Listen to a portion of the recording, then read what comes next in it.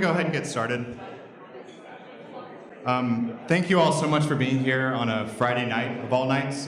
You could be out on Glenwood Avenue pre-gaming for the Fleet Foxes concert, but you're here to listen about architecture and to have conversations about our city. So thank you so much. We're really excited that you're here. I see many returning faces, which has been incredible. You know, we're so fortunate that many of you are coming back. This is the 5th night of a 7-night series over 10 days. It has been a gauntlet, but we really appreciate that you guys have been here, active and engaging with some great questions. So my name is Jeremy Leonard. I'm a designer at In Situ Studio. We are the architecture office that is putting this on with many partnerships in the city that without which we wouldn't been able to do what we're doing tonight. So it is my job to introduce the workshop and to thank all those people without whom our efforts would not have been possible. This is our 2nd annual workshop. We started this about 1.5 years ago. It started last year as a space for conversations that really matter in our city. It also serves as a venue for generating real things that matter in our city, or tangible ideas that we think could improve the future of our built environment. As architects, it can sometimes be frustrating when you think about your real agency in making change in the built environment. Architects are hired to do projects after a lot of the decisions have been made. So with this workshop, we wanted to front load the conversation and invite designers, architects, non-architects, citizens, all into the same room to have these conversations and talk about problems that our city faces, and also great things about our city, and kind of talk about all those things together. So this workshop really has 2 components. One of them is a really rigorous design charrette. One of them is a series of lectures, of which tonight is all about. And with the design charrette, it's a 2-week workshop. We wanted to bring talented designers from across the country, also designers local to Raleigh, all here, with fresh eyes and a clear heart, to study Raleigh, understand the city, and question what isn't great about Raleigh, and to understand what makes Raleigh great. So over the past 2 weeks, or over the past week and going into next week, students have been engaging in an intense design charrette where they'll be searching for design proposals to complex design problems in the city. We don't expect these design proposals to be solutions or to solve everything, because these problems are really complex and have many a tangled web of sub-problems that kind of define them. So not one solution will solve all these things. We're not so naive to think that. However, we do want the workshop participants to propose how some of these issues could be better, which we think is a distinction. You'll be able to see their work at a First Friday event next Friday at the Work Hall. The Work Hall used to be in the back, but it's now just above Foundation Bar on Fayetteville Street. So if you're out and about around downtown next Friday night, please come to the event and see the wonderful work that the workshop participants have produced. So we've been doing this every night. They're used to it now, but I just wanted them all to stand up so we can acknowledge them and kind of give them a round of applause for participating in this.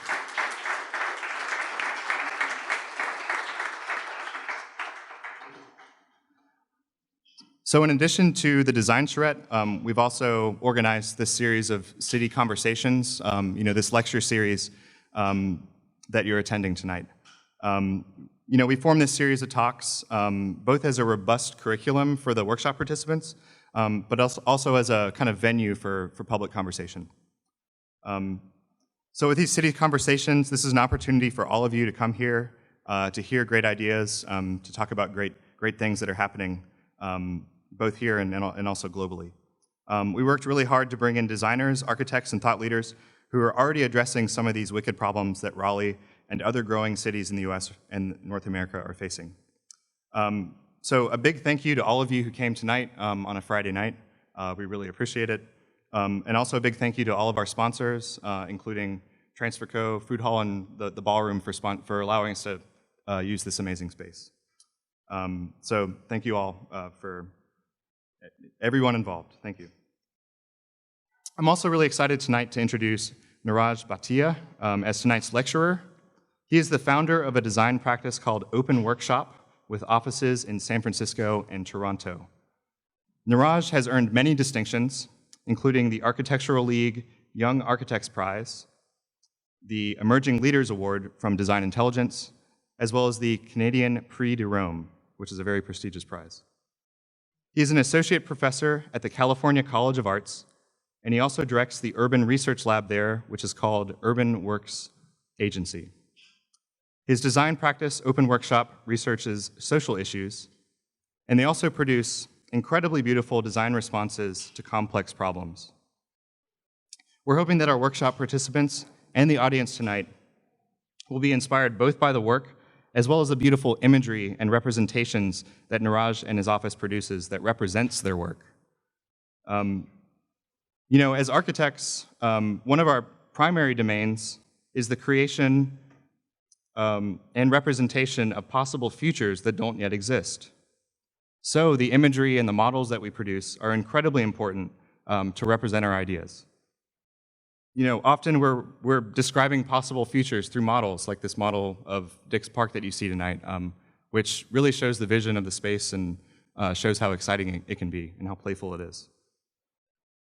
We also produce renderings, like these renderings that were here on Sunday and Monday that showed Dick's Park. And we also produce blueprints to describe our work to contractors. I will say Niraj's practice pushes the boundaries of how his work is represented. The imagery that they produce reflects the complexity of the problem as well as the complexity of the design response to that problem.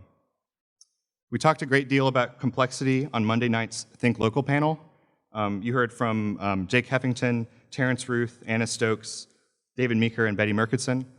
All of them talked about how when you try to confront a problem, you have to address the complexity of it.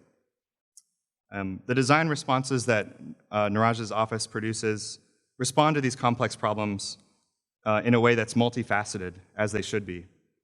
Niraj's work reflects the synthesis of multiple systems, multiple disciplines, and multiple stakeholders. And it represents that really beautifully in a really compelling set of images and photographs. So without further ado, please join me in welcoming Niraj Bhatia to the stage.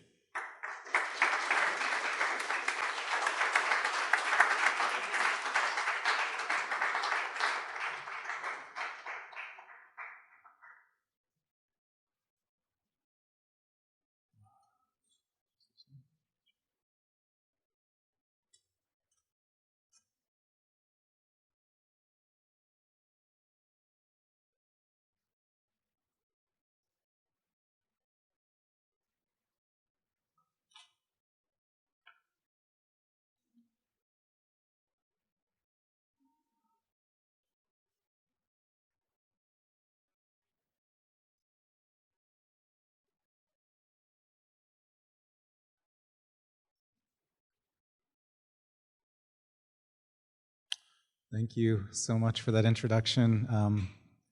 Thank you all for coming tonight. It's Friday night, and you guys are coming to an architecture talk. I'm very impressed. 2 drink tickets. It's a real pleasure to be here. I've never been to Raleigh before. The workshop sounds fantastic. I love the setup that In Situ has kind of instigated here. Thank you, Matt. Thank you, Zach, and everyone at In Situ for inviting me to present some work today. And what I want to show today, it's sort of it's not your typical architecture lecture. Actually, you guys had some architects come that showed buildings and real things in the world. I'm going to be showing, partly because we're a young office, ideas about buildings. Hopefully, if I come back in 5 years, we'll have more physical things built to show you. But it's been really important for me to structure questions around agency. What is the agency of the designer today, especially given the world that we're confronting? And I think it's something I've noticed teaching. I've been teaching for 15 years and just seeing students craving more and more agency for the discipline, asking questions of what does this all mean, and can the discipline do more than service the top 1% of wealth in the world? How do we actually think about these skills being distributed? And so today I want to speak about collective form, and I think for me this is a really important topic. because I think all the challenges we face as a society to be addressed need us to come together. And I think this is a particularly important moment to discuss this because more and more people are living in what we could call precarity. This refers to not having access to a stable income, job, and support systems. And in fact, the pandemic has actually forced many more people to live in precarity. There's a name for this. This is an emerging class called the precariat. In America, it's estimated that 30% of people live like this. In many countries, it's getting closer to 40–50% of people living in some form of precarity. And precarity isn't just about money, it's also all the other effects that happen when you don't have access to certain forms of stability. These are both emotional and psychological effects as well as real tangible effects about putting, food on the table and so forth. And I think this moment of seeing how many people are living precarious at the same time with how much wealth is being aggregated in very few areas in the world makes me really wonder where the discipline might have a role. And in fact, a lot of the things that come to when you really dig down to the core of precarity are the questions around labor, which obviously our discipline doesn't affect, although we as our own discipline actually are guilty of fostering and instituting a lot of precarious labor and unpaid labor. But also access to housing. This is a huge part of what makes people live in precarity. At the same time, the pandemic has really reminded us of the vulnerabilities of our society, the lack of nimble infrastructures, the redefinition of what we might call essential work, the complexity of dealing with global issues that also need to confront local differences and nuances. And if the pandemic was a training run for us to think about how to deal with issues like climate change, it really foregrounds the need for collectivity and a collective response. And I think this, was a moment where we're literally in it together. Like if you turn on the news these days, every single news article is about climate change. It's not, foregrounded as that. It's a drought here, a flood here, heat waves there, but it's really climate change. And climate change isn't abstract and in the distance. It's actually, right here at our doorstep. And I'm reminded of this moment in the 1960s where Stuart Brand, who started the Whole Earth Catalog, went on this campaign distributing, this is an early form of a blog, a pin with a statement on it, saying, why haven't we seen a photograph of the whole Earth yet? And he was really making a push to NASA to release these photographs because they hadn't been released after they had been taken for almost a year. And I think that photograph that's on the cover of the Whole Earth Catalog, which was also the home screen of many of your iPhones, your first iPhones, was a really integral photograph for people to see themselves as part of a larger collective structure and remind ourselves of what we share in common. So I would like to propose that we expand the subject of design to include a pluralistic collective as well as the natural environments that we inhabit. And both of these subjects are evolving, contingent, and time-based, whereas the discipline of architecture has traditionally dealt with determinacy, permanence, form, with the role of the architect being to determine these lines that ordered both the natural and social world. And this disciplinary need to control nature we know is futile. We're seeing it on the news every day with things crumbling that we've tried to control. And also with the rise and embrace of pluralism and diversity being at the core of the public sphere, we see that the subject of design is also expanding. No longer the masses, architecture is now confronted with divergent subjects and their individual values that are often irreconcilable or controllable. And so I think this sets up a real disciplinary conundrum. How do you actually take a discipline that thrives in ordering the world and providing kind of stability and permanence to a world that is no longer about order and stability and permanence, and it's evolving, contingent, and I think many things have evolved with time, but our medium is literally the last thing that can't be despatialized, except for all the AI technologies we're seeing, and Zoom and so forth. We're seeing space is space; it's physical, and so I've really been taken by a theoretical construct by Umberto Eco. This was his PhD dissertation that was called The Open Work. To seek out a template for how a designer might be able to design with confidence and determinism while still allowing for the possibility of conflicting values and things that can't be controlled. If you haven't read Echo's treatise, I'll try to sum it up in 2 slides very quickly, and he's going to be rolling in his grave with my summary here. Echo's book essentially goes through a range of art practice, and he shows this kind of historic moment where artwork went from being closed to open. And the way he defined a closed work of art was where the relationship between the subject, who would be the viewer of the art, the object, the piece of art itself, and the author was crafted by the author. So the success of that piece of art was that the subject understood the object exactly the way the author intended them to. And if they understood it in any other way, it wasn't considered successful. So this is really kind of a translation.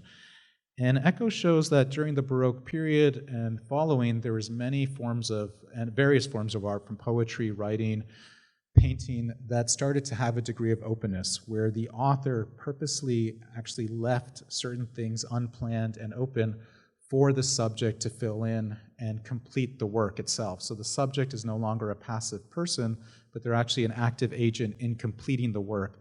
And what's, for me, really important with Echo's kind of idea is that the artist doesn't lose agency in that translation. They're not giving up all agency to the subject. There's still a world intended by the author, which is the work, but there's an openness to that work. And I think this project of his, could open up conversations about how do we design things that, really react to a diverse public? How do we design things to also maybe account for the natural environment? Now, in Echo's treatise, he doesn't talk about architecture. It's left out of the conversation. But if we were to expand his topic into architecture, we would need to add an additional variable to the idea of the object, the subject, and the viewer, which would be the environmental context or the site, which of course every architectural project is rooted in. And I would say that if you did that, this could actually provide a template to deal with environmental and political indeterminacy. And so all the work I show tonight they're all kind of tests of different ideas of what an open work might be in architecture. Now, the title of tonight's talk, New Investigations in Collective Form, is in reference to this text by Fumihiko Maki from 1964, Investigations in Collective Form. And in Maki's text, this is just an excerpt from the text, he says, of course, the progenitors of any formal idea include politics and economics. The reason, in fact, for searching for new formal concepts in contemporary cities lies in the magnitude of relatively recent change of those very problems. Our urban society is characterized by coexistence and conflict of amazingly heterogeneous institutions and individuals, essentially pluralism, unprecedented, rapid, and extensive transformations in the physical structure of society, rapid communication methods, and technological progress and its impact upon regional cultures. And in some ways, this text, which is from 1964, we still struggle with these same issues today. In Maki's treatise, he puts forward 3 types of collective form: compositional form, megaform, and group form. And if you're interested to know more about these, I can send you the text. I won't get into his typologies for sake of time. But let's say that we took Maki's text to heart and asked ourselves, looking at our own work, what are the type of strategies that we've been employing in our work that could build upon Maki's 3 techniques? And we saw our work kind of going into these different directions of rewiring states, living archives, articulated surfaces, frameworks, and commenting. Some of these ideas are more time-based, some are more form-based, and some are more program-based. And so tonight I'll actually go through these 5 themes, present the theme, and then present a project that kind of embodies that theme. And I won't present them equally. Actually, the first 2 projects I'll go through pretty quickly, just so we can spend some time with some of the later projects I show. So the first thematics is what I'm calling frameworks. These are projects that typically operate between a negotiation of a legible geometric primitive and a flexible field condition. And these structures are brought to life through framing and indexing impermanent and ephemeral subjects, whether that's people or the natural environment. They often operate in the background and focus on framing the subject and recontextualizing them while producing a way to gather the collective and giving that collective a space for them to take charge of, reappropriate, and make their own. So the first project I'll show is actually an exhibition that was entitled New Investigations in Collective Form. that was sited within actually a building by Fumihiko Maki, designed not during the 1960s, but during his postmodern phase in the 80s. So not as cool as some of his early projects. This was an exhibition where the curators asked us to reflect on our work, and this is where we went through this exercise of trying to understand these themes.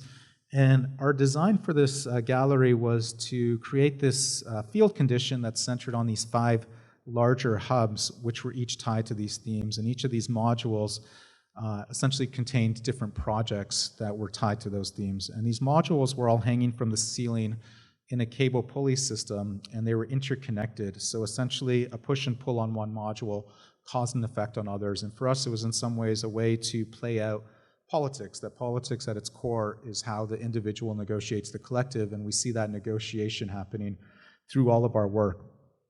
We also added plants into the mix, and because the exhibition run was 6 months, these plants actually grew during the exhibition, and their weight would also change these modules as well. So in this way, people, design work, and nature are connected into a system wherein this push and pull of the individual has some sort of feedback onto the collective. And this was one of the first images we produced to show the curators, what we wanted to do. It's a worm's eye perspective of showing this very ordered field condition, while in reality, when we hung it, nothing hangs like that. Everything took its own axes. And for us, that was also quite important, that there's always this discrepancy between the techniques and the tools that we draw with as architects that visualize the world in a form of order, and that space of allowing for things to fall where they fall and being okay with that.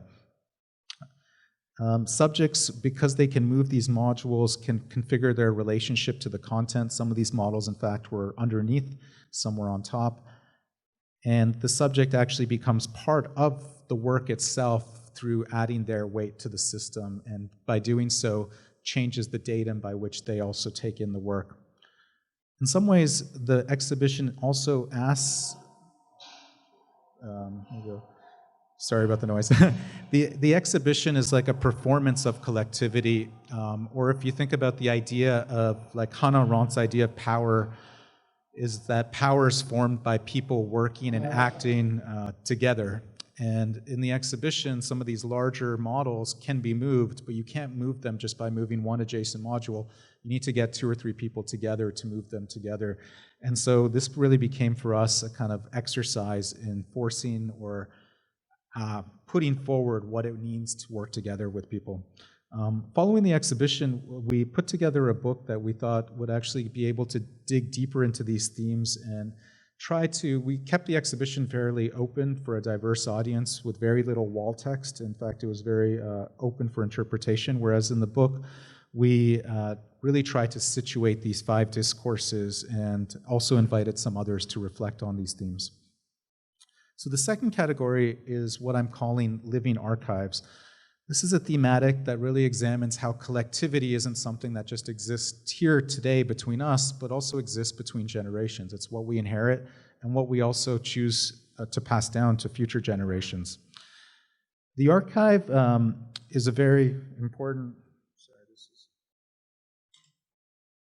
I think this might have been a little overzealous with taping down that cable. Let's see if that's...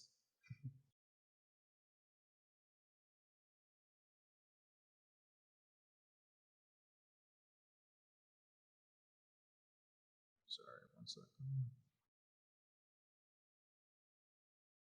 So the archive's a very fascinating building type because it's really where we decide what lineages of history we hold on to and which ones we dispose of, which is questions about who's in power at any given time, but also the way the content's taken in, we classify that information. And through that knowledge construct of how we classify information, it changes the way that we understand and structure the world that we live in. And finally, through preservation, these forms of information are revealed through the value of a particular society. These really become sites for the exercise of political power. Archives are really a key technology of rule and have always been. And while they're cloaked as neutral repositories, I'm sure most of you think of archives as like dusty old rooms that just are holding stuff. These are really the assembling of information within archives has never been innocent. It always reflected how society structured their world and acted within it. And so going beyond the archive as a static container of information and transitioning it from a site of power to empowerment, the Living Archive project situates the archive as a place of discourse and public assembly. And so these projects, by doing so, these really foreground the public sphere and allow the kind of reordering of information to construct new histories and knowledge, inserting the subject into the assembly of the information, which allows us to really question, critique this information in the first place, i.e. understanding that that information is not stable, but it's something that always needs to be problematized. And I think this is something that was said earlier, that the students in this workshop are not problem solving, but you're probably problematizing the issue at hand. And I think that's where some of these projects are going with these, in this kind of vein. So this is a project for a temporary garden pavilion in Canada. And I'm from Canada originally, and what I found really interesting when we started this project, we started looking at invasive species, essentially species that were brought into the country mostly for gardens for ornamental reasons, and now have kind of taken over different landscapes. And in Canada, there's 486 of these species, and many of these were introduced during the colonization period of the 1800s. And ironically, it's the success of their flourishing that makes them now a problem. And many of these species actually were brought into Canada before Canada's own formation in 1867. So you could say some of these plants are actually more Canadian than Canada itself. And so we wanted to play with that, this question about what does this mean? And so we assembled a living archive of 22 of the earliest invasive plant species to Canada that were intentionally introduced for their beauty.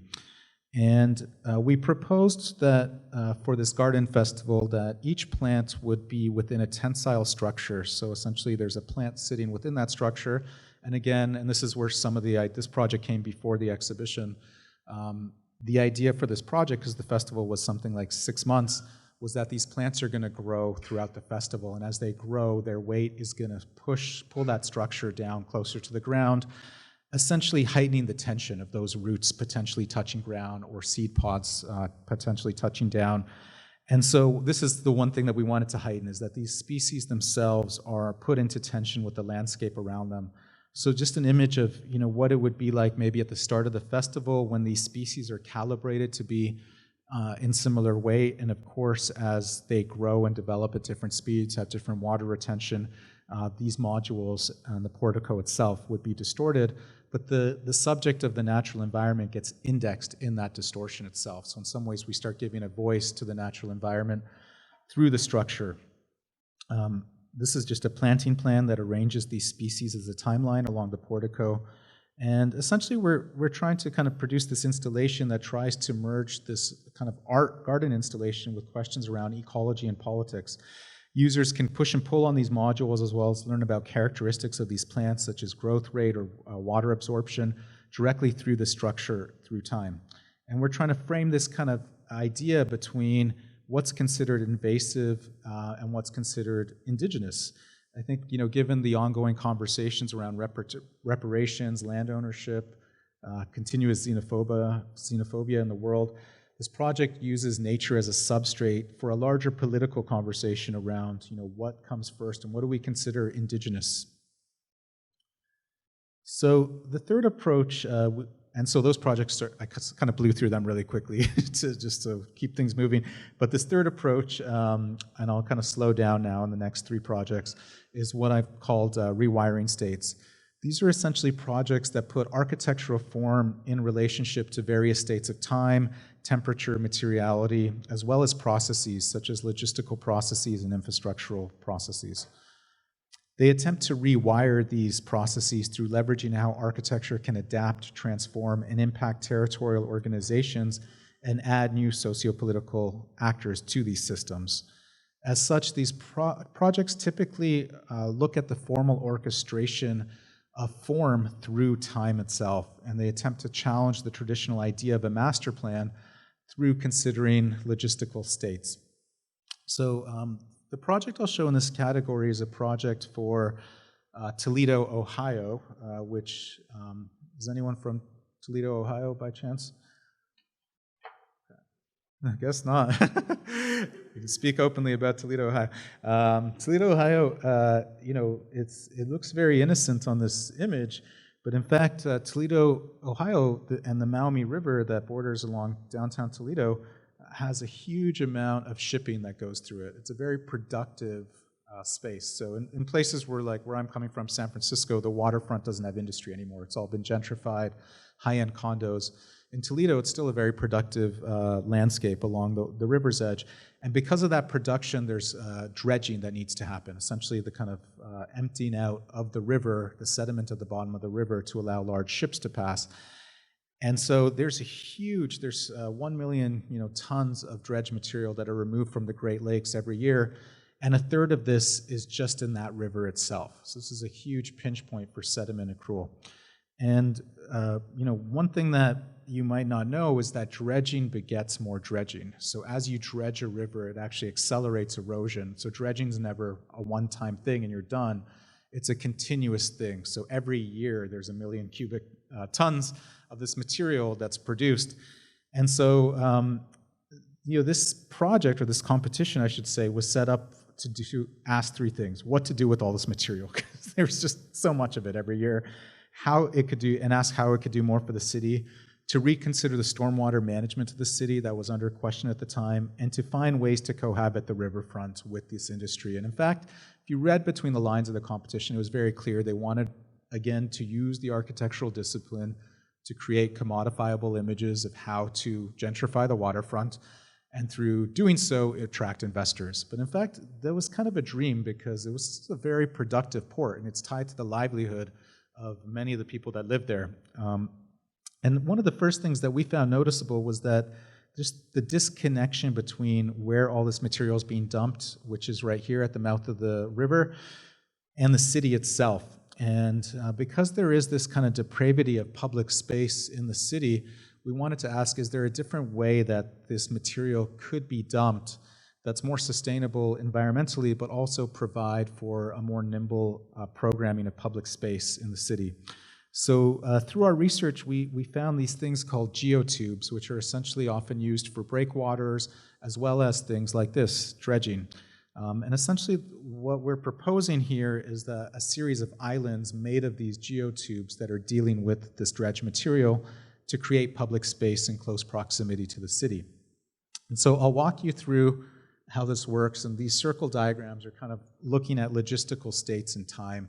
So as you see them, they're kind of almost like a coding of the process. And then on the right here is just an image of what these geotubes look like. They're not high design. These are things you can buy like on the internet. They're like rubber. They unzip and so forth. So the first process would be, they pull the sediment out from the bottom of the river, which is essentially a slurry, and it's pumped into these geotubes, and these are tied together essentially to create a raft as a module. And then it needs to sit in dewater. Essentially, like the slurry needs to turn more into sediment, and that process takes a series of months. In fact, it takes 6 months, and during that time, we propose that very light public infrastructures are inserted on top of the geotubes to allow for an occupation of these islands, essentially, allowing residents to have access to the water, because right now they really have very little access to the water. Most of the water is colonized by this industrial infrastructure. So in this image here, while people are on this kind of platform above, in fact, there's an industrial process happening below of dewatering.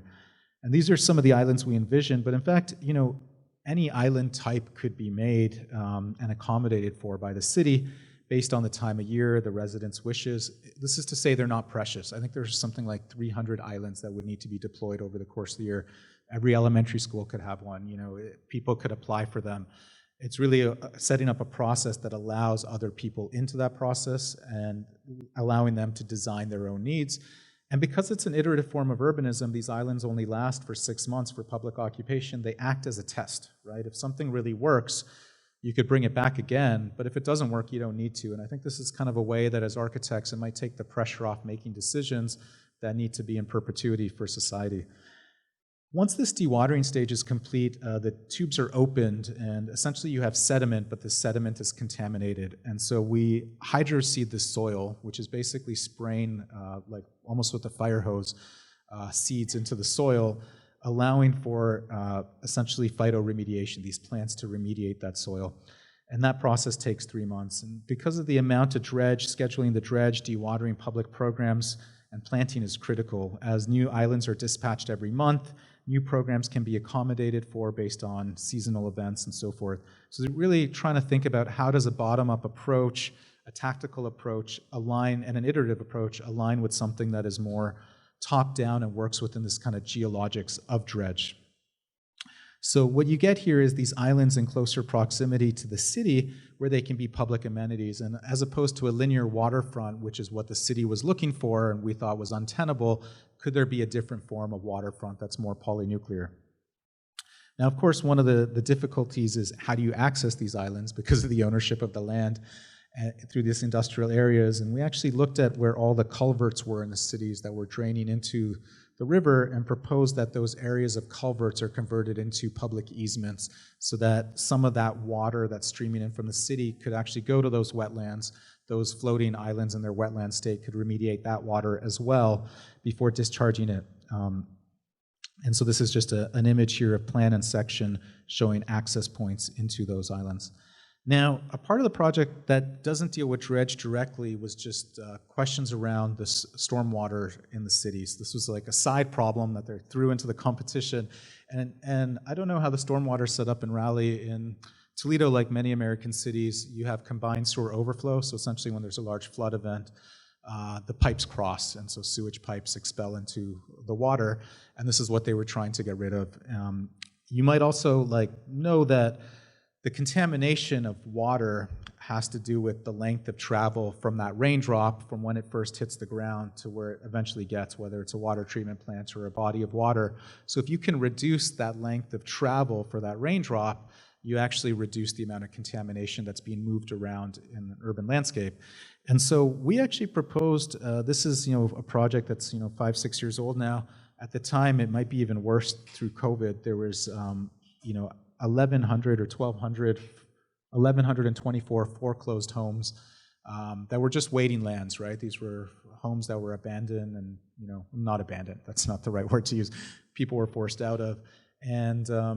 And we proposed that these lots actually get cordoned off with sandbags of the remediated dredge around the house and around the lot itself to allow for a distributed form of like a micro lake, a micro series of detention basins, so that you take a big problem and you don't centralize, you don't move all that water to pipes and then eventually to a water treatment plant, but you allow it to collect on site closer to the source and percolate back into the landscape. Strangely, the 3 parks that they provided in the competition to deal with the water were around the same size, actually smaller than all these sites combined. So we actually had more area, but more distributed area. And this is something that I think, in the world of infrastructural design, they're talking about a lot, soft distributed systems that can be more nimble, because failure in those types of systems is not catastrophic. So if one of those sandbags bursts and one lot flooded its water, you don't have a dam failure, right? It's and the kind of investment on it's also distributed. Different people would kind of just manage different lots. There were some year-round things. The river does freeze through the winter, so this area, this access point, is one of the bigger, more monumental structures on the site that allows for the dredging to occur year-round. Now, one of the things that wasn't asked for in the competition, but we couldn't not look at was, when you looked at Lake Erie, it was like, what's all that green goo coming out of Toledo? And as we looked further into this, in fact, it's algae growth. And this is actually caused by both fertilizer runoff as well as open water dredge dumping. And what happens with this algae growth, which is actually an invasive species, is that it grows along the surface and it suppresses the light penetration. So it essentially kills everything below it. And so we started looking into how could you actually deal with this. And one of the ways you can deal with algae is through bentonite, essentially clay, which acts as a natural absorber of the algae. So we proposed that after this dredge material, going back to the dredge, we're in the geotubes, it's been remediated for 3 months with the plants. Those plants are then pulled out. You have clean sediment, and at this point, you could either use that sediment in construction, you could use it for shoreline reclamation, or you can put it back into the water system because it's clean. And so we propose that it's turned back into a slurry with fresh water, mixed with bentonite and taken out to different parts of the lake and essentially exhausted. And so this was a long process, but you have something like 300 islands every year that's being produced. So in time, you could actually, working with obviously ecologists and ecological engineers, kind of return the lake to its natural kind of presence. Now, this is the master plan, and it's a very unsatisfying drawing compared to the logistical states, and it really maybe asks the questions about the tools that we draw with as designers and their limits. You know, when you're talking about things that are temporary or, you know, in complex systemic relationships, it's very difficult for something like a master plan to pull it all together. And this is a drawing of our logistical states and essentially the different ways that those scenarios could play themselves out. And for us, this framework is more important because it allows for kind of an openness of actors, socio-political actors in the system, but also an openness of how things might play out. There might be years where there's more dredging and years where there's less dredging and so forth. Now, I'm not going to say that this works everywhere or should work everywhere, but I think in the context of mid-sized cities such as Toledo, where you have a collision of low land value, productive industry along the water, and an associated depravity of public space, the system of producing land in a malleable, temporal, transformable logic can produce this symbiosis between a waterfront of industry, culture, and ecology. And this positions land not as a commodity to capture and hold, but rather as a temporal material state that is iteratively deployed and used by local constituents and then redistributed back into this territorial ecology.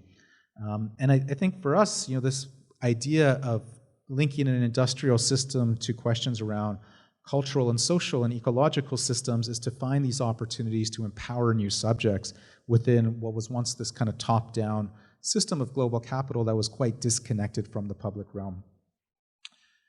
So, two more projects. This is the fourth topic. It's called commoning. And the commons was and still is a system by which communities manage and share resources, cultural and natural, with minimal reliance on the state and where there's typically equal stake in that interest. And these were really used in agrarian societies originally for managing land resources. And I think one of the most important things in a commons is the relationship between the resource and its user through these user-managed governance systems. And so the commons are not abstract. This, in fact, many theorists think that we need to actually eradicate the notion of public space, because what we call as public space as architects is not very public. It's, you know, steeped within surveillance and ideas of power and race and, you know, privilege. And, you know, public for who is the question that comes up a lot with public space. And in fact, to move more back to systems of commons where people have more agency on these spaces to control the spaces themselves. And I think that's the importance of us looking at this today, that valuing space through its use value and how it's maintained and the kind of bonds that are required to negotiate that will actually empower people. Because I think what most people feel disempowered by is feeling disconnected from the scale of economics and the scale of government and institutions at the top and how to affect those right now. And so I think for us, we've really been interested in these kind of questions around the commons at the scale of territorial projects, but also at the scale of the negotiation of a few people. So I think, you know, many of you have probably had roommates, and, you know, there might be fights about who didn't clean the dishes and so forth. That micro-negotiation is the politics of every day, right? And so much of this research in the commons, there's kind of two strains of it. One looking at kind of larger scale projects like what I presented in Toledo, but another strain that's looking at the domestic commons, like the commons at home itself. And so I'll show the domestic scale today just to show a range of scales of work that we're working on. And this was a project that we recently exhibited at the Venice Biennial. And we really tried to ask this question of how do people negotiate everyday politics and find solidarity in the face of precarity. And of course, where I'm situated in the Bay Area, there's a legacy of this. In the 1960s and 70s, the Bay Area and Northern California saw hundreds of communes which were really rooted in this idea of the rejection of commercialism and the idea of rooted in shared property, shared labor, and experimentation with alternative family structures. And it's interesting that that movement, again, from the 1960s, we're many years away from it. We're still struggling to answer those questions today. How do we accept through our housing stock alternative family structures and non-nuclear families? How do we go beyond private property, which we know is at the root of much of the inequality in America right now? And how do we think about more shared forms of labor? And so these communities actually, while we might look back and write them off as just like hippies doing drugs, they're actually really fascinating experimentation of society that's going on here, which provided much more agency to people's way of life. And today, partly due to the housing crisis in the Bay Area, and partly due to kind of fatigue with how society's working, there's a resurgence in collective living. In fact, some estimates show that there's just as many collective living projects, and I'm not using the word communes because I think there's a bigger range of what we consider collective living today in the Bay Area. And so this could be co-housing, cooperatives, communes, co-living. There's kind of a range, let's say, of techniques. In the Bay Area, one of the trends of adding affordable housing has been to create the micro unit, which is essentially the attempt to, squeeze everything of the nuclear unit to its most minimal size, to the point that, you might be like, in your shower with, 1 foot outside, or or when you need to have someone over for a dinner party, you need to put your bed away, and in some ways we're trying to ask, at what point is it just dysfunctional to hold on to the autonomy of the unit and the privacy that comes with it? What does it mean to start pulling stuff out of this unit and sharing it to give a higher quality of life for people and a more humane and, say, socially enriching way of living? So we're really trying to look at approaches that counter the micro unit by pulling things out and sharing them to gain, say, a larger access of amenities. And we're calling these luxuries without economic burden. So, if you're willing to share a bathroom, that bathroom can't just be the same bathroom you had in your room. It's got to have a hot tub and a sauna, right? That's the trade-off, right? If you're going to relinquish some privacy, is that you need to get something more back. And that's what becomes fascinating in many of the projects that we're looking at, is there is a more factor that's provided, a higher quality of life that's provided. So this project is both a research and design project, and I'm going to talk about the research at first.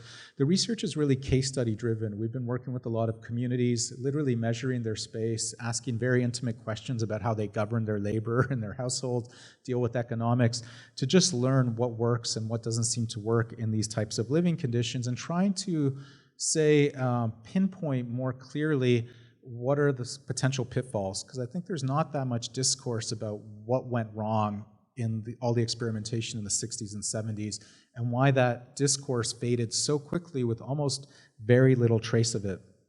Our analysis of case studies goes through 3 categories: hardware, software, and orgware. Hardware is probably the most, say, comfortable thing for architects to know. It's the physical form of the building and essentially how the public and the private realm are arranged within the building. So what's shown with blue walls are shared spaces, and anything shown in gray wall are areas that are considered private. And privacy doesn't always align with walls in many of these things. It might just be your bed, that's the private space. The second lens is software, and so this is just some of the case studies. So we're literally going into these places and measuring them and figuring out how they arrange their lives.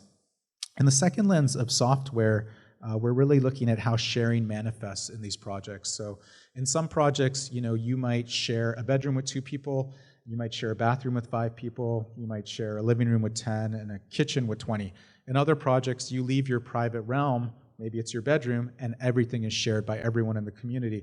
And the way that sharing operates and the kind of scales and tiers of that sharing actually play a role in how collectivity is formed, particularly in how sub-collectives are formed, and how people feel agency over their space. There's an intimacy to knowing someone's toothbrush and their bathroom routine in the morning that comes when you share a bathroom with 5 people.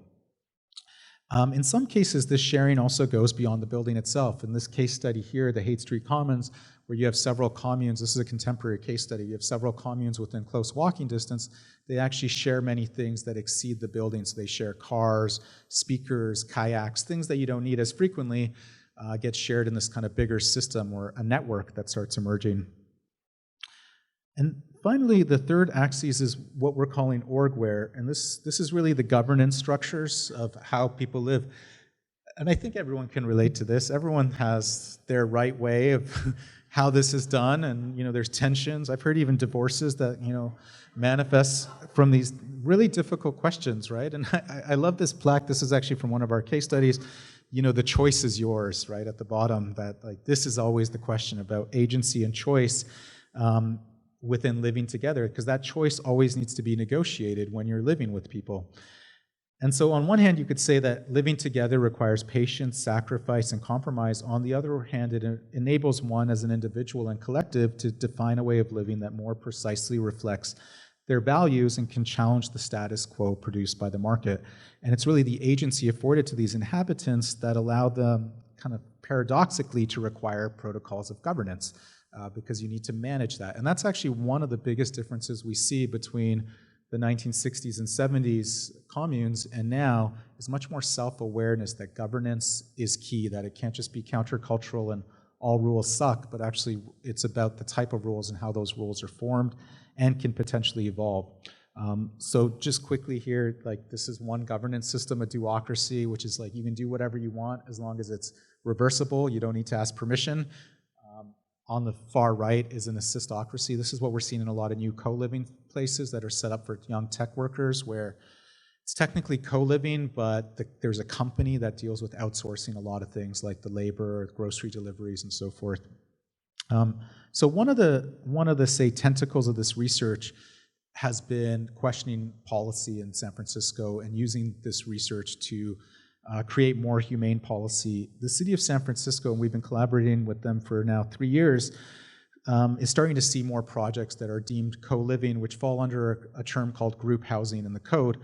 And it's a very nimble definition that was made many years ago, and essentially developers are taking advantage of this. So this is a project by Gensler and a developer called Forge that was put forward to the Planning Commission in San Francisco last year in the fall for 400 people with one shared kitchen.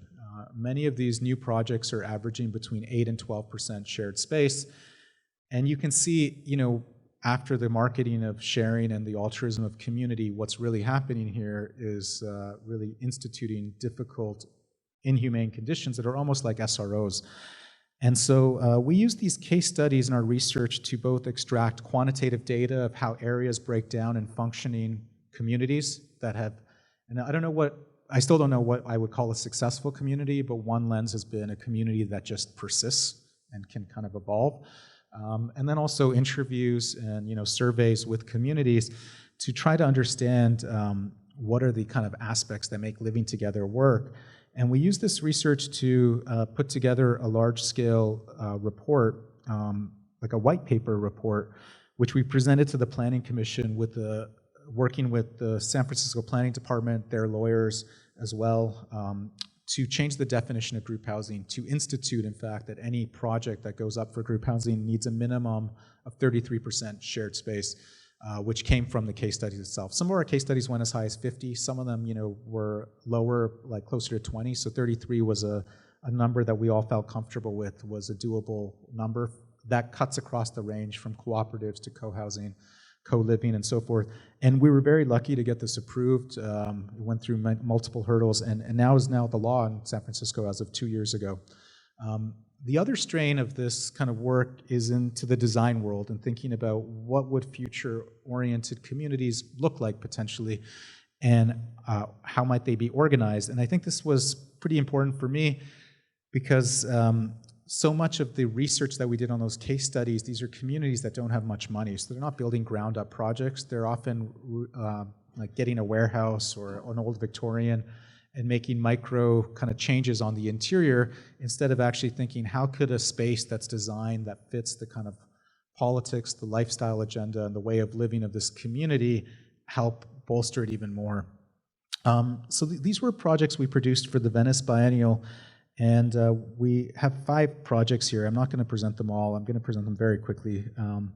But essentially, we modeled them through 2 scales of model: an organizational model that showed how the system came together, indexing in wood the private spaces and in concrete the shared spaces, and a zoomed-in model that showed what living might be. And these are typological studies, so they're actually not sited. There's not a community and there's not a physical site for them. We wanted to look at the arrangement of space and how this might suggest different forms of living. All of them are, say, grounded in a belief that repetition is not bad in housing, but is there a way to create diversity through repetition? And a belief that architecture needs to be in the background, that the architect's role is to organize life, but not define life. And by organizing the background, allowing for a framework for people to reappropriate. So this first scheme is very simple. They're all very simple, I should say.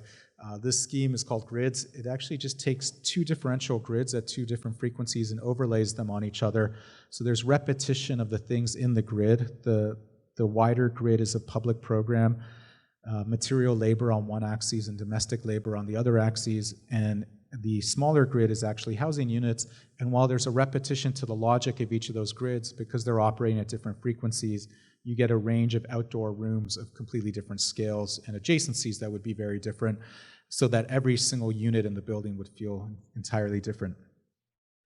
The second scheme is called rooms, as you can see by the floor plan. They're very simple titles to the schemes. And this essentially looks at the question of breaking apart co-living into individual rooms that reinscribes the street as the connective tissue, an interstitial space of a decentralized network. The third scheme is a field condition. It's called fields. And essentially, we were looking at how a module of 4 units around a courtyard that share a courtyard might come together to produce different forms of sub-collectives. And this was really piggybacking off what I was talking about, like sharing a bathroom with X number of people and sharing a kitchen with many more.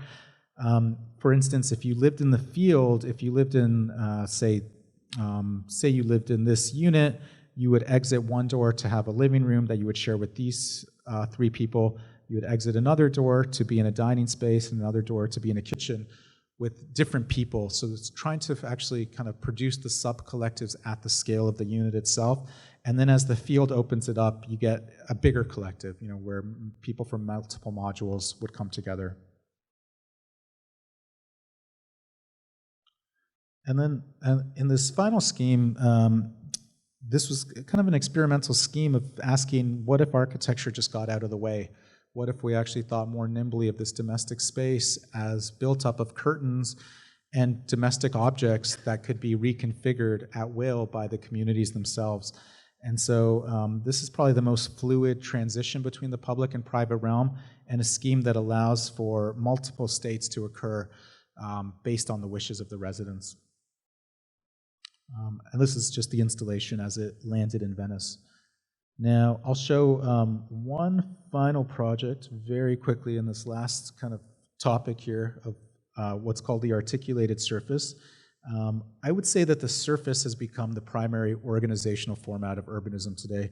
Cities like Houston or Atlanta are really organized through these infrastructural scripts, and they more or less are spread out into large managerial surfaces.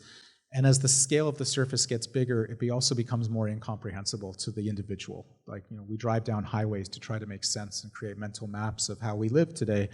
But this is also the case, at the scale of a building, right? Like, if we think about the surface at the scale of the building, when Mies made a free plan, or when Sana uses very simple surfaces with furniture configurations, they're really talking about the flexibility of something when architecture gets out of the way. And the flexibility comes through the management of that surface itself. In the 1960s, Super Studio had this project, which was called Super Surface 5, where they essentially depicted a surface that would run across the entire globe, connecting the flow of energy, matter, and information. And pretty much our reality today, it doesn't look as cool as this, as like a gridded thing, but it more or less is the reality that we live in today. And so we really want, and through these projects, we asked this question of what is the capacity of design to recenter the discussion of the management of the surface to choreography. What are the formal qualities that can be embedded into the surface that also retain its strategic, operational, and open-ended nature? Essentially, there's a tension always between genericness, like if you think of the Mies free plan, almost through the emptiness or the genericness of nothing being here. Maybe even this building, I don't know what the original building was, but I imagine its open-ended kind of factory-like large spans allowed for its reappropriation through its genericness. So there's something about that which is great, but it's also when it hits a certain scale, you can't place yourself anymore in the surface, that you've expanded beyond the scale of human comprehension. And so these projects are trying to actually articulate the surface while retaining the open-endedness of that genericness. So this is a project we did for the Chicago Biennial very recently, just in the last biennial. This was curated by David Brown, and David Brown's project for the last couple decades has been looking at all the available publicly owned sites in Chicago that are vacant. And there's, in his estimate, somewhere between 10 and 20,000 of these sites. And when we visited Chicago, these were not abstract. In fact, they were everywhere. And what's interesting when land becomes vacant, and it's something that's very abstract from where I'm living in the Bay Area, where land's very expensive, is that so many other amazing things can happen on land when it's not commodified into housing all the time. And there's a lot of things like that, like community land trusts and so forth that are being set up on these land. We wanted to think about this idea, that kind of Haight Street commune I showed you in the Bay Area, where there was a network of communes in close proximity. We wanted to take that further into a design project and ask, what if you took like a co-living house or a collective living house and broke it apart? So you just had a building that was dedicated to rooms, one that's just dedicated to like washrooms, one that's just dedicated, and you split these apart and inject them into a neighborhood to force the kind of going beyond the enclave nature of the commune. So there's kind of two major critiques of the commune. One is that they're enclaves, right? That you don't go into them, and when you do go into them, you feel like you're in a radical different world that you might not belong in. And it's always this question of self-selection, that people in communes tend to self-select people that feel familiar to them to ease day-to-day tensions. So these are not diverse places. They're like diverse as maybe a whole, because there's maybe a commune for different lifestyles, but individually they're typically not diverse. The second, so there's that kind of enclave nature. And the second one is, how does this scale up to be more of a widespread form of living that can challenge the other forms of housing that we have in our landscape? And the scaling up question might require us to think much more about networks of buildings and neighborhoods than individual insertions. So our proposal to the biennial curators was, what if we took this, based it on kind of time, and inserted into neighborhoods to actually use up these available sites. The neighborhood we were in was called Bronzeville. This is a neighborhood in the south side of Chicago, emblematic of the legacies of redlining, thousands of people living in precarity, whether through low income, high unemployment rates, or many people living alone that lack support systems. At the same time, Bronzeville has also taught us that through precarity, many forms of solidarity can emerge. Over the course of researching this project, we interviewed 30 mutual aid and solidarity organizations, and we're really inspired by the work that they were doing. Many of these organizations lack funding and time, as you can imagine, and are often unaware of like-minded groups, and it really makes scaling up their initiatives challenging. And so one of the things that we proposed to the curators, which is a kind of funny thing to propose for architects to an architectural biennial curator, was that we wanted to put together a directory, first of all, like interview and just map all the stuff going on in the neighborhood and make a resource for the neighborhood itself so they know what's going on. And as we did this, and this is kind of the large map we produced, we broke it down into a series of say different broadsheets based on different themes. And this was really inspired by like newspapers by the Cauliflower Commune or the Black Panthers that really tried to create a conversation between different commons that were happening. And these broadsheets break down into themes of food, ecology, care, and making. And our design intervention was actually to piggyback off the work that's already being done in the neighborhoods and to complement those themes with more programs linked to this idea of a larger, say, commune that's been disaggregated or decentralized into a series of sites. Now, each of these sites is bordered by kind of a loose framework of like a gridded wall. This could be a porous threshold that you could walk through. It could be infilled. It's something that gives legibility to the system that is kind of spread apart throughout the neighborhood. So when you see that wall, when you see that, you understand that's a part of a different form of land tenure. It's part of a different form of ownership than the rest of the sites around here. And so this produces, this was our neighborhood itself. This produced a series of speculative networks that move through the neighborhood. And I shouldn't say speculative in that these are very real sites and these are the empty sites. I mean speculative in that there's still a lot of work to do to get these groups together and kind of push the conversation forward.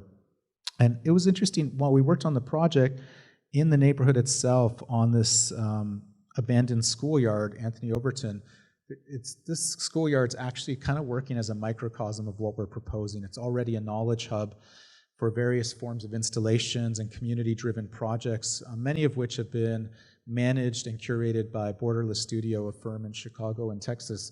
And so we built one of these sites at one-to-one, like an insertion that we could see in one of these sites, working with the people that run this school, asking them what their needs were. One of them was actually an educational space and a meeting space for the community. And we produced this very simple pavilion with this kind of gridded wall on the outside, made of curtains that would allow for different states to occur and different scales of assembly within those rooms to occur itself. And you can see that this, that simple kind of gridding on the outside is something that we see being maybe the consistent thing that links those sites together and provides legibility. In the introduction, there was a lot of talk about our drawings and the kind of idea of representation being something to draw out the way we see the world. And that representation starts in the drawings, but for us, and you probably saw it in a lot of these projects, there's questions around legibility. How do we actually see these issues in real life? Because it's obviously not hitting home when we read it on the news, There's something about seeing things in physical space that resonate with us very different. And in a world that's increasingly despatialized and run through kind of, say, dubious news outlets, the medium of the real, the medium of the physical, seeing power issues play themselves out and being indexed in space could be one of the most effective ways for us to bring these conversations front and center. So I'll end right there. Thank you so much.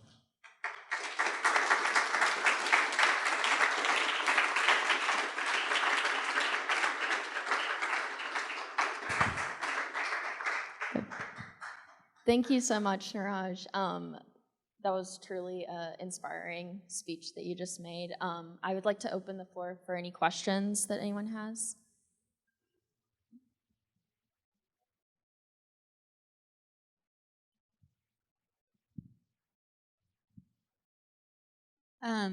Thank you for being here, and I really appreciate the attention that you give to both beauty and substance.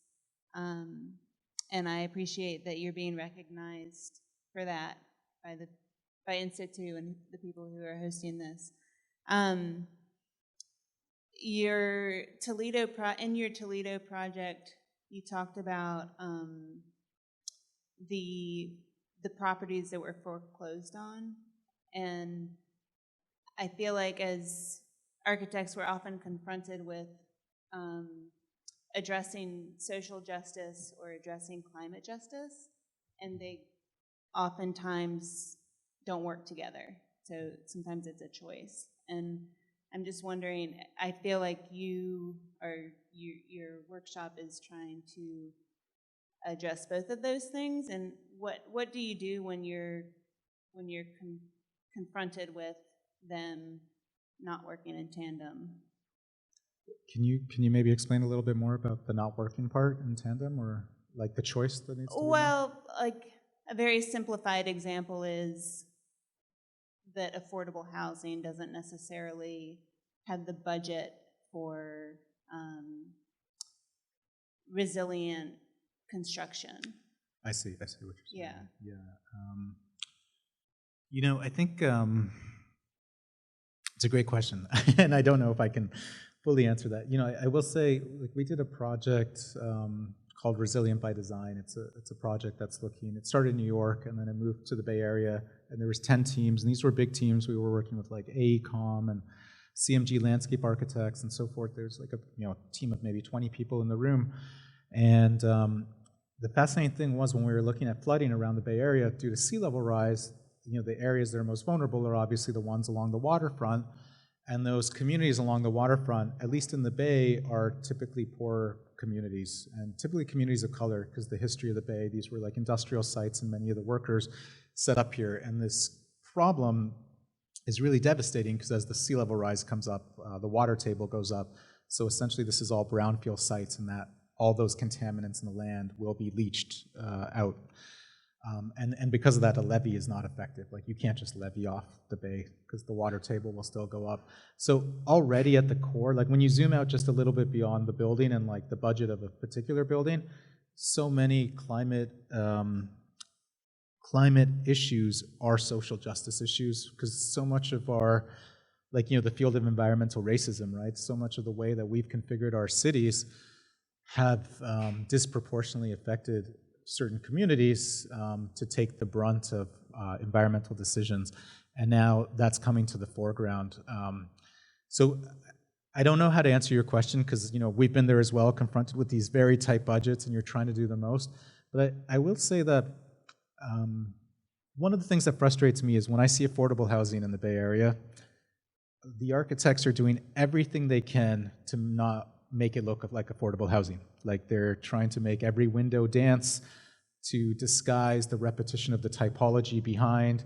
They're using like 20 colors of materials to disguise the fact that it's an industrial-made process of this building. And there's a lack of sincerity to the fact that this is affordable housing, you know, this kind of goes, frankly, to a lot of housing where there's typological repetition that is attempting to be kind of, say, covered up.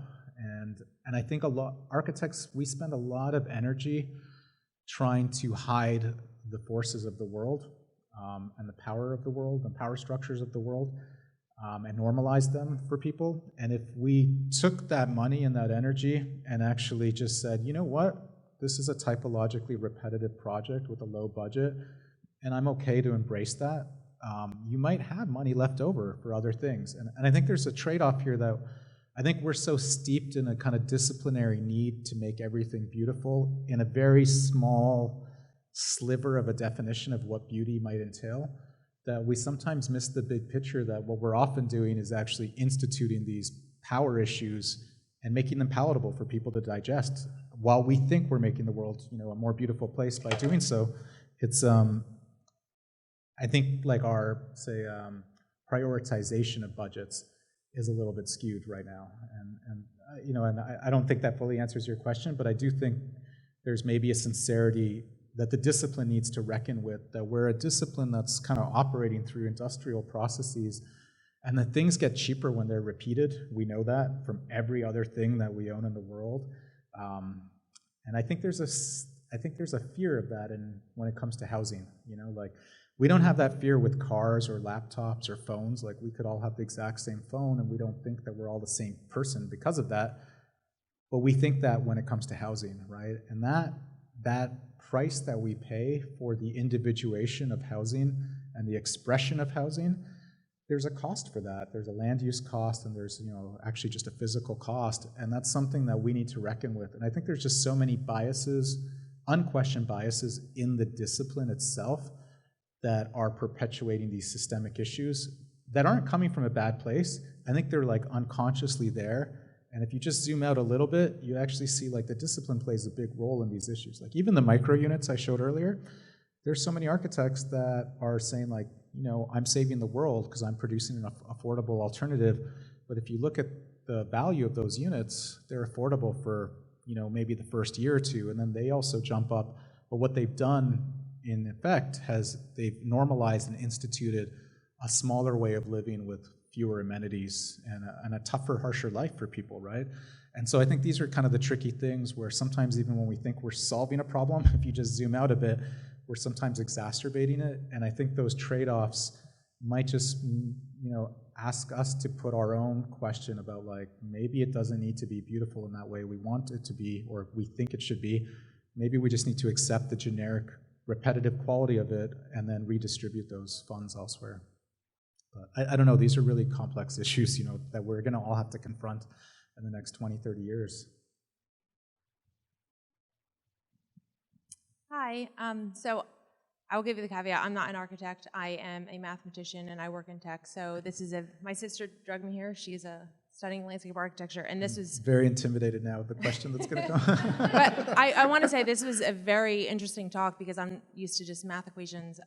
So I wrote my question to her and I had her approve it before I ask it. So I'm going to ask it off peer-reviewed question, okay. So I read an article recently about how communities of color are largely affected more so affected by, ones who are living in more affluent areas and cities by climate change.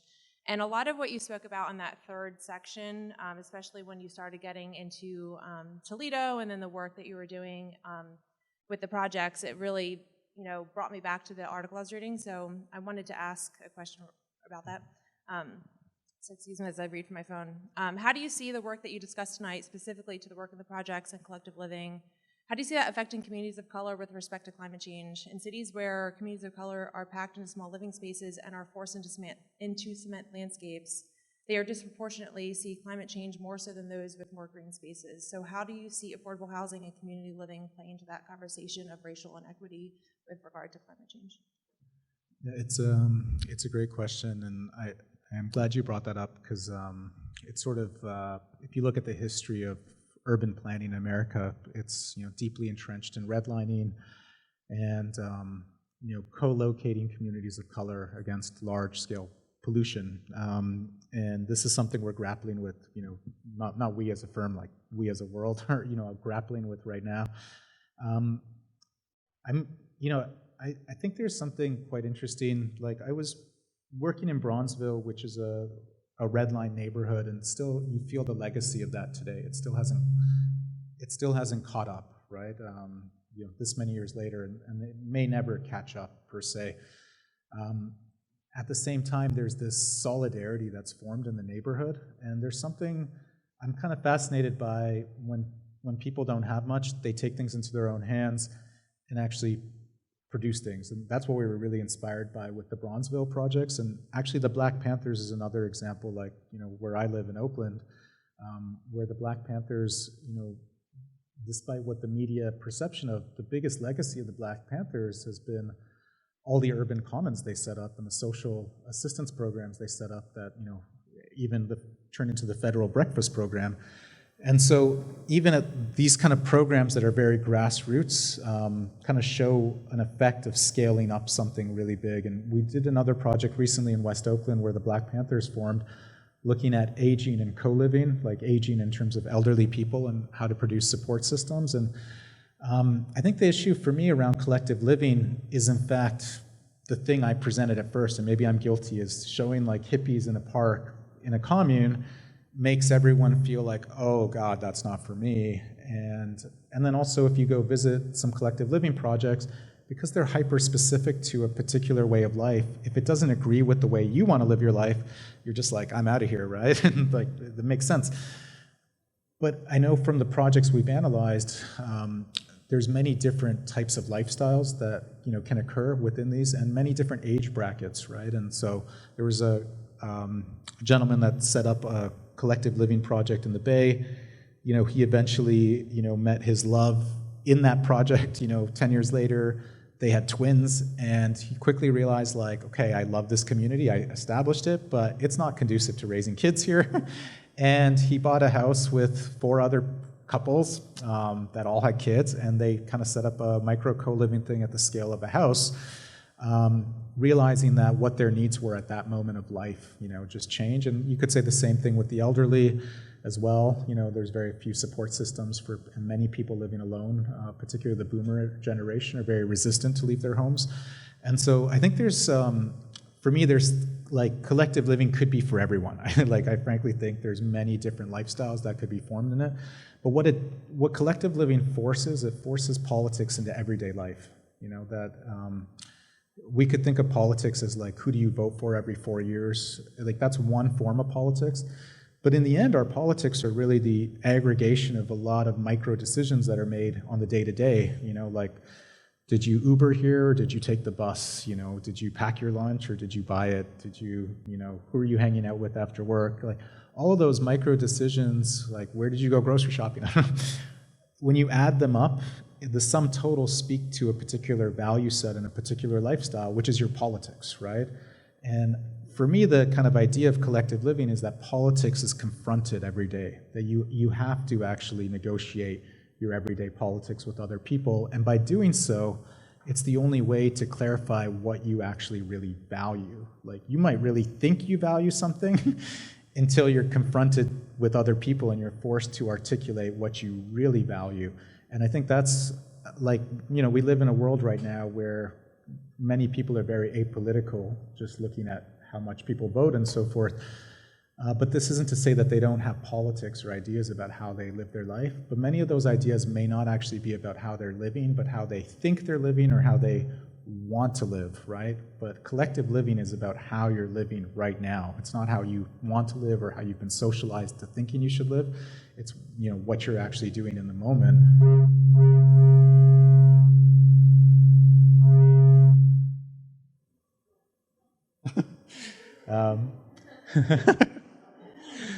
And I think because of that, when you bring politics to one's front door, it's not an abstract thing in the background. It's a continual negotiation that we need to play out. And so I think communities of color, there's actually many collective living projects for communities of color. The overlap between communities of color and the environmental issues that we're going to face is a really, really complicated subject, and it's not going to be, I can tell you one thing, I have very few hopes that this will be reconciled through the market. I just don't think the logic of the market can solve a problem like that. I think it's going to have to be reconciled through large-scale reparations and ideas around reparations. And in California, they've set up a commission now to study this. In Canada, where I'm from, there's a lot of discussion and ceding of land back to the First Nations and Indigenous. And so I think this was going to have to be a big part of the conversation, and it might mean the relocation of people. And when I said that, we don't place the same pressure on our phones and our laptops as we do on our housing to express ourselves. The other side of that is like we're very resistant to leave our housing, right? Like in many communities in the world that are undergoing floods year after year, people move like a few miles up the street to higher lands. We don't really do that in the States, right? We like when Houston gets flooded, there's someone interviewing someone being flooded on the news, and they're saying they're rebuilding their house in the exact same location. Part of that's because of issues of how that FEMA money is distributed and they need to rebuild in that same location. Part of it is like we feel like it's our right to be rooted in the ground, like where we want to be. And that's a cultural issue that's going to have to shift, because the easiest way to deal with some of the largest effects of climate change is to relocate, for us to like move to different geographies that are more suitable for living in. It's like the elephant in the room, right? That no one wants to talk about because it's such a controversial topic to ask people to leave where they live. Thank you so much. What a great discussion so far. We have room for one more question at this time. Oh my gosh. These are going to give me options. I wrote mine down because I want to sound intelligent. I've been to Israel, and so having seen how kibbutzes can work in Israel, do you think that the American identity or selfishness will hamper collective living? Because, like you just said, so much of who we are is tied up into our homes, or our subway tile backsplash that we see on HDTV. But yet knowing that like dorms can work, like being in college. When I was in college, we had suite hallways. Well, now no one wants to be in no one wants to share a bathroom with 30 people. And so it's like we keep pulling away from collective lifestyles as a society. Do you think that'll shift? Because it can work. I don't know. I don't have a crystal ball, so I can't answer that really. But I can tell you that like what you're describing is like nurture, not nature, right? Like we've equated wealth generation in America to the idea of privacy, right? That the more wealth you have, the more you can escape other people. And if you think about some of the wealthiest people, they create compounds and bring the world to them so they don't have to interact with other people, right? And so I think that link between wealth and privacy is something that needs to be challenged. Frankly, you just have a lot of people in this country living alone, right? It's not like the nuclear family is the minority, right? Like more and more people are living alone, and they don't have support systems in old age. They suffer from loneliness, depression, anxiety, like most people after COVID. And I think those things will have to be questioned for the sake of society, because I don't know exactly how you build a society where everyone kind of goes into their own individual corner and does their own thing, when we're dealing with a global issue like climate change, for instance, like that issue is not going away. And we're still in the denial phase, right? That's happening. Like, even despite everything that's going on in the news every single day, we're still in the denial phase, despite all the, scientists and the reports. We've sort of numbed ourselves to that because we can't conceive of a way that we can work our way out of climate change within capitalism itself. And we know that to deal with it requires a large-scale restructuring of a lot of systems, which is kind of terrifying, right? It's going to be a lot of economic volatility, political volatility. There will be things that we'll have to confront in our lifetime that deal with the world in front of us, not the world behind us. And I think part of that is going to have to be a culture where people work together, because we are in it together. That's at the end of the day. It doesn't matter if you have an estate. Climate change is still going to hit you. The air is still the air. And maybe a few people can get in their rocket ships and go somewhere, but like for the most of us, we're going to be here, and we're going to have to learn that. And I think the pandemic might have been like some form of training, right? Of what does a global issue mean? And do we need certain scales of global governance to deal with supply chains to ensure that there's movement and equitable distribution of things in the world? And looking back on the pandemic, it wasn't like we scored very well on a report card. Like as a world, there's like a lot of people lost their lives. A lot of people are suffering from deep mental health issues, but also just a lot of people in the world are not vaccinated, and there's not going to be any time soon that they will be vaccinated, right? And I think that question of like that for me is like climate change, right? Like you can't just vaccinate the wealthy countries.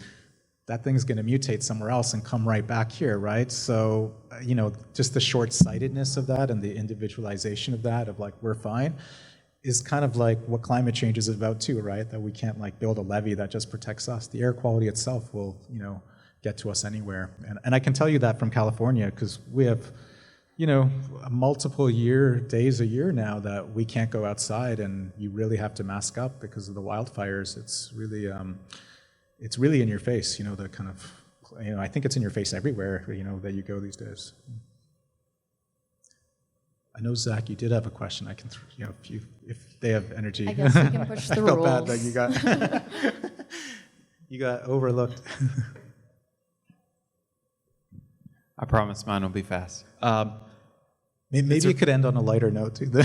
I feel like this has gotten a little dark on these questions. I'll do my best. So we've been trying to come up with what-if statements for our city this week, and I was really kind of taken by the Toledo project in that you entered a competition about how can you redesign or redefine the waterfront, and you started, instead of kind of drawing and sketching and planning about what's happening on land, you started by looking at the river.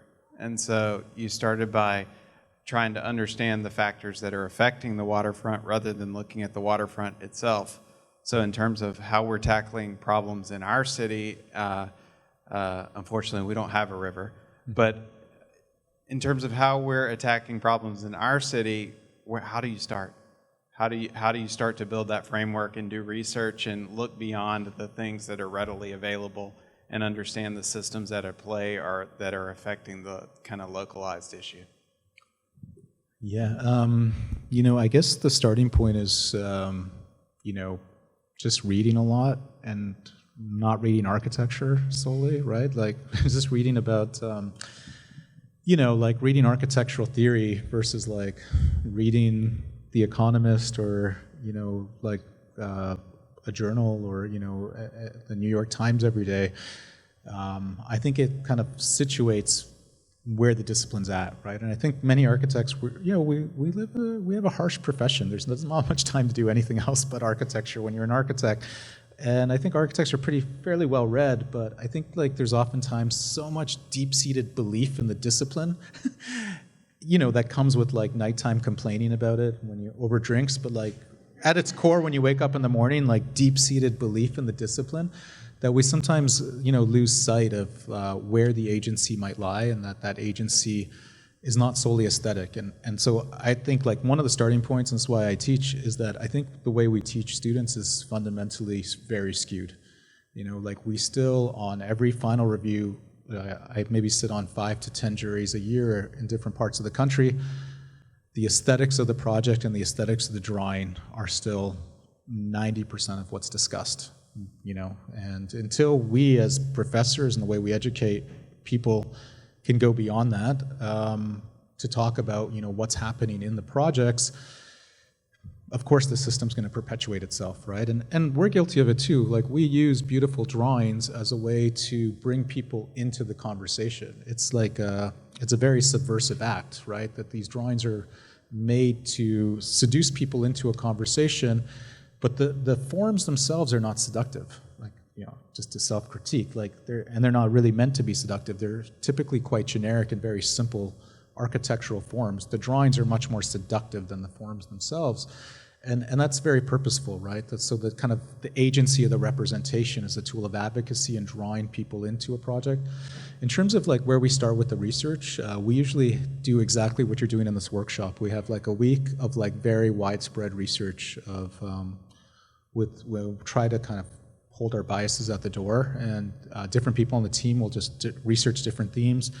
We kind of run like an academic atelier, right? That like everyone presents what they're researching every day, kind of learn from each other, do another round of it, and until we kind of land on stuff. And I guess during that process of research,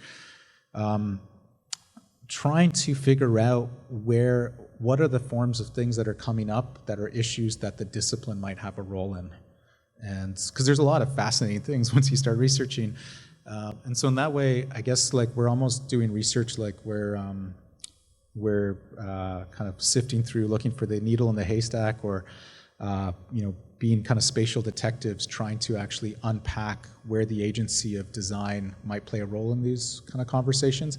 And I don't mean like the design of a building per se, but just the agency of design as a whole might have an impact. And that's probably the biggest thing that, you know, helps edit that research down, of going, okay, this is a great thing, but this is something that is in the world of planning policy and not architecture per se, or this is a great idea, but I don't know how we do that project from a distance on this competition, because it would require us working with community groups for, you know, 2-3 years to make it work. And that's where there's loopholes, right? Like in the Dredge project, we designed a system, but we leave the openness of the island to anyone on the ground having designed the system.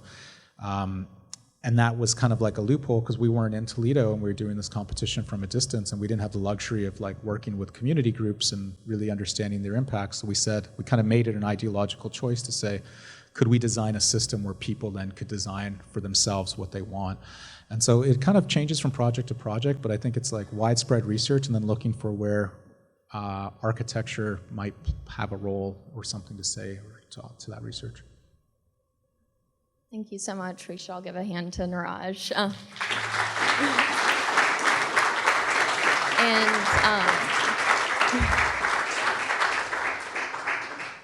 Us at Institute just really want to reiterate the fact that we're super grateful that you all came out here on your Friday night and had a really lively and informative discussion on collectivism, urbanism, and real matter. And we're hoping that you all will join us on Monday for Ifoma Ibu's talk with creative urban alchemy, and how she really pushes the boundaries of what Niraj was just ending with, of the agency of design, and how we as architects or designers or public figures can really push the boundaries of what our labels are.